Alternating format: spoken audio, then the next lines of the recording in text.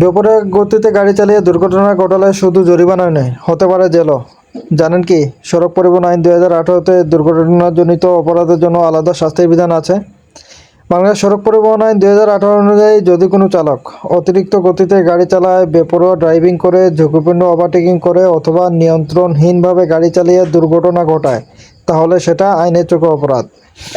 আইনের 18 ধারা অনুযায়ী এ ধরনের দুর্ঘটনায় জীবন বা সম্পদের ক্ষতি হলে সর্বোচ্চ 3 বছর কারাদণ্ড অথবা সর্বোচ্চ 3 লাখ টাকা জরিমানা অথবা উভয়দণ্ড হতে পারে।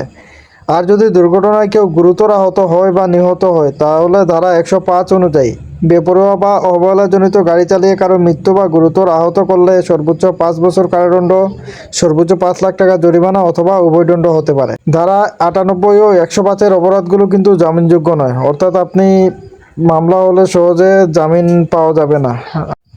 এগুলো জামিনের অযোগ্য অপরাধ।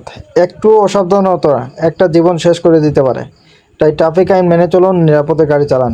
এমন আইনভিত্তিক ভিডিও পেতে ফলো করুন। ভিডিওটি ভালো লাগলে লাইক, কমেন্ট, শেয়ার করে অন্যদিকে জানিয়ে দিতে পারেন।